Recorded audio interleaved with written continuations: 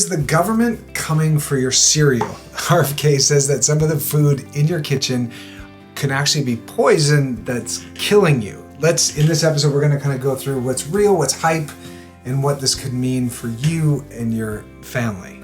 I'm Paul Green. And I'm Kate Austin. And this is a Freedom Alchemist podcast.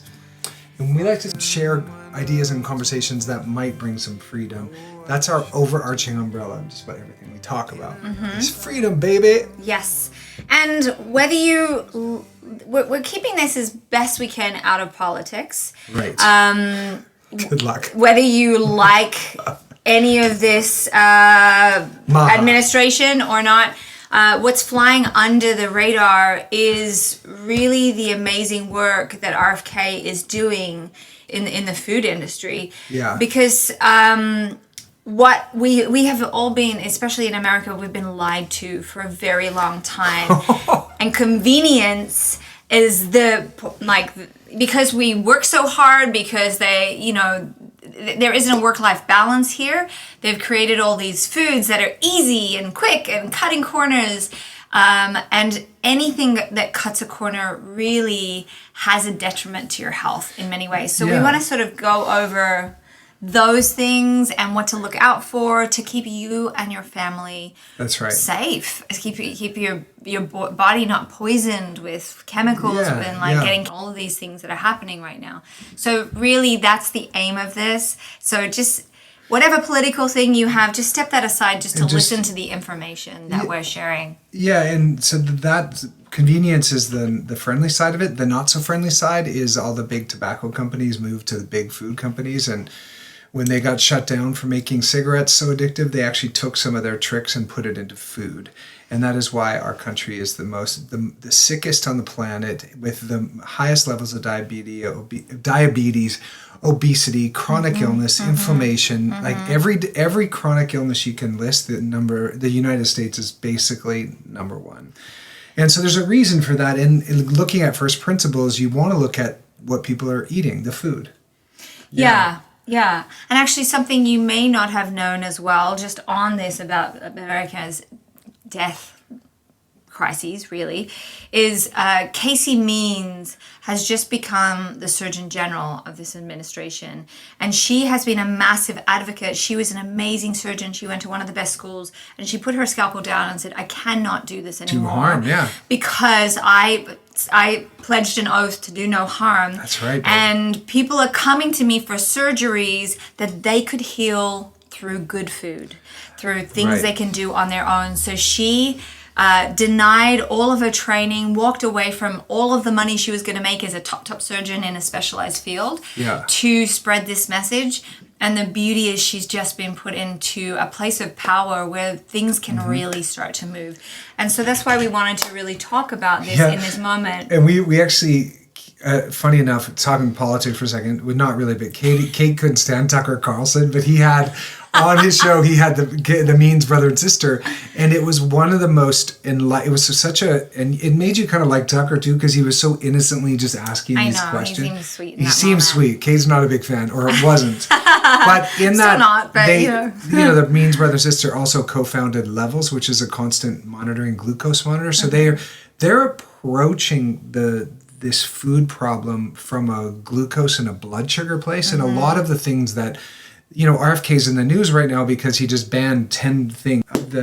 We're working against some of the big chemicals, some of the additives, the colors, some of the high fructose corn syrup. Things that are toxic that if you do every day, like cereal, and your children are doing it, then their risk of toxic is something you do daily. And most people feed their kids cereal daily. And in those cereal is like things like glyphosates and colorings that will give your children a hard time focusing and give them ADD and eventually some inflammation that could lead to forms of autoimmune and then cancer. And it truly does start with the things that you shove into your face every day. So this is really exciting and like it feels it's the weirdest time to be alive because this stuff's happening like so in real time and really, really fast.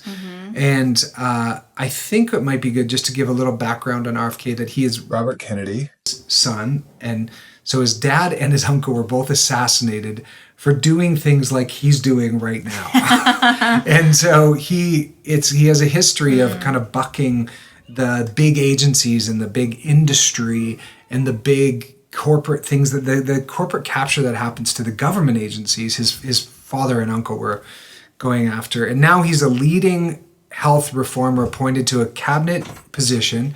Yeah, RFK has a history of this going against big corporations, and he also is responsible for cleaning the Hudson. He was an environmental lawyer for 30 years. He was leading the conversation around children's health, and that's a whole other topic, and we don't want to get into that because not only will nobody see this video, but it's very divisive, and some people are very passionate about it. And I want to just preface this. It's very easy for people to think he's some sort of lunatic until you do the research on what he has actually done. And then it's very hard to, I do believe that he is full of integrity, and from what I've seen in the past, who knows where it's going to go, but from what so far, so it's really hard to tell. So far, I've been really impressed with the level of research, so the care that he has had. Sure. So think of him what you will, but I challenge you, if you have bought into some of the crazy things they say about him, just to dig a little deeper and do some research before just like branding him as something. Sure. Because what he is doing right now is going to help every single American without a doubt. Taking toxic food off of off the shelves can only help everyone. And you might get upset because you're like, oh, my favorite cereal, like my Fruit Loops, are no longer there. You should never be touching that. And so it's basically going to stop you from doing something that's hurting yourself and your children. That's right. Yeah.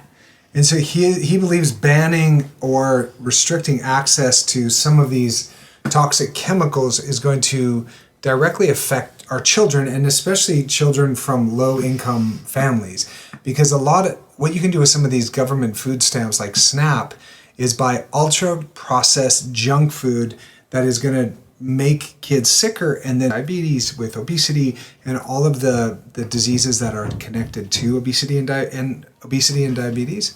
So there's a real threat to our children and especially low income with these food stamps and SNAP, and just keeping everybody sick. And the future of our country is our children. And so we're really passionate about this conversation and think it's going to turn this country around for the best. At least I'm very optimistic.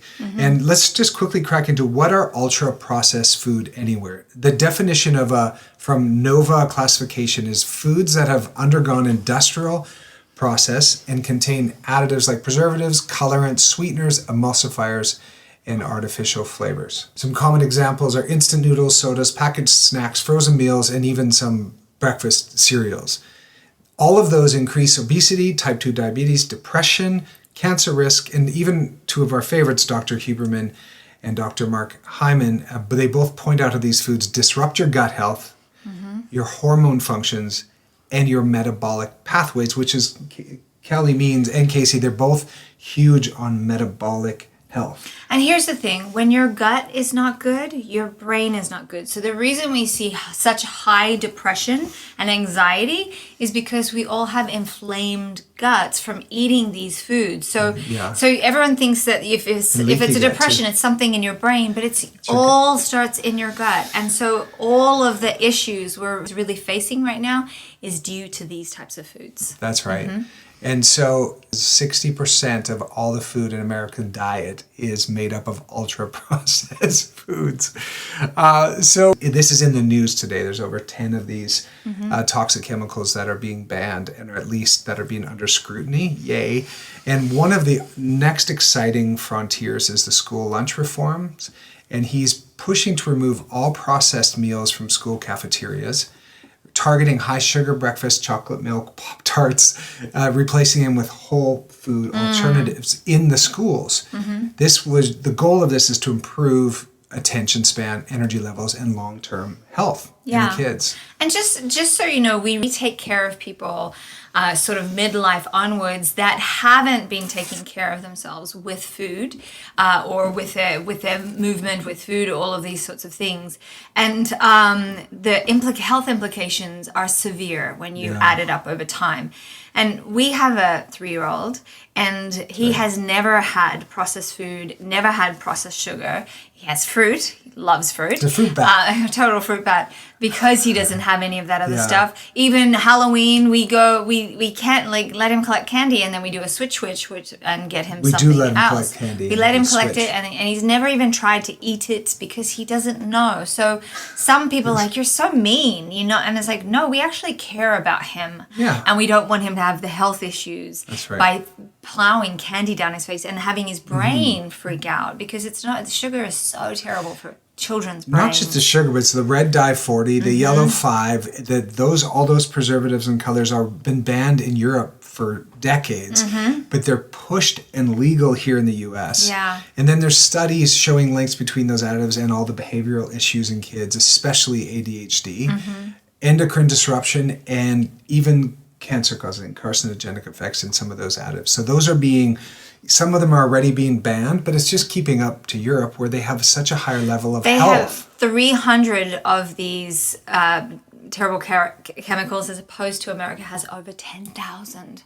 Like, think about those statistics. And that's why you're like, why in Europe does everyone eat bread and eat all the things and they don't get overweight? It's because they don't have all these chemicals and additives. Because our body is inflamed when we have all these things. It doesn't know how to process it, so it stays inflamed. And why would these US companies sell a clean version of the same product to Europe, but here they're allowed to keep it packed with chemicals and flame retardants?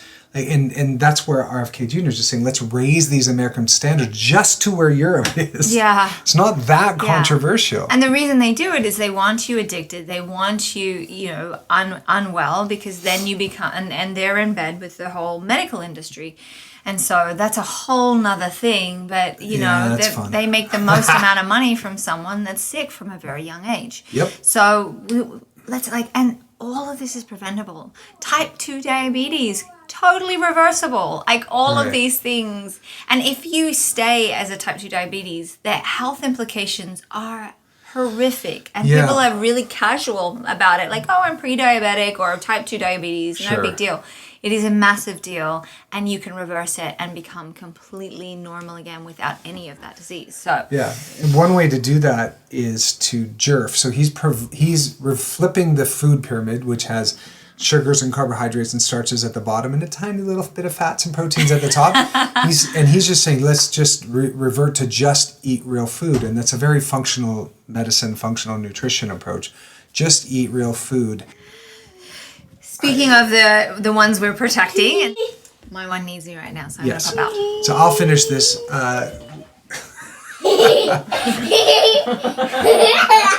Okay, continuing. So the emphasis will likely be on anti-inflammatory foods, greens, berries, olive oil, high-quality proteins, which is a very common thing in functional nutrition, which I have my degree in functional nutrition, avoiding things like seed oils, refined sugars, and refined carbs. Our dietary guidelines should be dictated by science, not by cereal lobbyists. That's one of RFK's quotes right there. There's a full spectrum here of opinions. Supporters include functional medicine doctors, Dr. Mark Hyman, Gabrielle Lyon, Dr. Zach Bush, parents and school nutrition advocates, progressive health organizations. These are all supporters.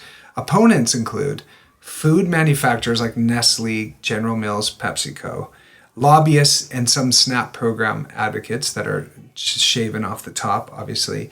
Libertarians who argue that this is against a nanny state policies, which is an interesting perspective. Big food lobbyists spend over $30 million a year influencing food policy. Could this maybe be why it's taken so long for these bans to even be considered? I mean, it's a fair question. You can look into the future and wonder, how are the school districts and the food banks, how are they going to adapt? The potential rise in organic and local food initiatives, that's exciting farmers. This could also mean for the broader U.S. healthcare system and the future of our kids. And even the way that we defend ourselves, like if we're sick, it's really hard we're spending trillions of dollars on healthcare. We could be spending it on communicating with our enemies. Some would say beefing up our defenses, but I would say the opposite of that. RFK is going to probably be sued or worse, threaten his life because he's going after some very big money here, billions of dollars. There's also First Amendment issues here. Food, there's food deserts. Some places can't afford food like this. So this movement could become America's real food revolution. Or maybe this is just another well-meaning policy destined to fail in the hands of the bureaucracy. And I feel like that choice is up to you. Like, you can share and support and dig into this and really look at the history of our insane chemical food, ultra-processed, and the corruption in government, and see what we can do to change that. So in conclusion here, I just wanted to share some of the big news and introduce you to a few concepts. Maybe you've just thrown him out the window because of some of the news bites. Maybe he's your favorite person, but there's a bunch of chemicals that are being banned, or at least on the radar, and that's just exciting news. So as you're going through your week, start looking at your food and start getting rid of the ultra-processed and move towards some of the more natural and real and organic and food. And if you can't afford it, eat way less. And eventually, hopefully, what will happen is the real food and organic food will get cheaper and cheaper as time goes on. So thanks for stopping by. Make sure you subscribe to Freedom Alchemist podcast on Apple and also here on YouTube. And you can stop by our website. We have Kate and I coach people through various programs at different stages of their life, some focusing on the second half of life, which is exciting. And just thanks for stopping by. Remember that life is happening for you. Life is not happening to you. Therefore, you're not a victim. All right, make it a great day. Bye. Just want to take one moment to ask you to subscribe to this if you're listening, and whether you're listening to it on iTunes or you're watching this on YouTube, it shows us that very few people are actually subscribed who watch us, so it makes a big difference. And also, if you check below in the description, there's a list of all of the amazing companies I work with that I use, and there's codes down there that help support this podcast. All right, see you soon.